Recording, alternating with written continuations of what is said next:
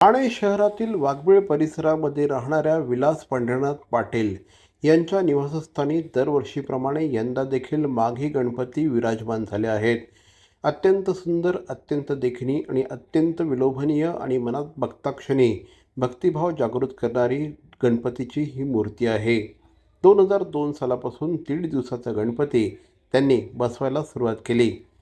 लग्न झाल्यानंतर संसार सुखाचा हो, त्याच पद्धतीने सगळ्या नातेवाईकांची भरभराट हो, या दृष्टिकोनातून त्यांनी या उत्सवाला सुरुवात केली। गणपतीच्या या 1.5 दिवसीय उत्सवामध्ये प्रचंड मोठ्या प्रमाणात उत्साह असतो। मोठ्या संख्येने नातेवाईक, मित्रमंडळी, भाविक दर्शनाला येतात आणि त्या माध्यमातून घरामध्ये एक अत्यंत सकारात्मक ऊर्जा निर्माण होते, असं श्री विलास पाटील सांगतात।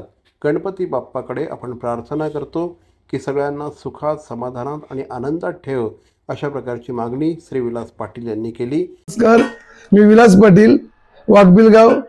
आमचं गणपती बोलला तर तसं नवसाचंच आहे।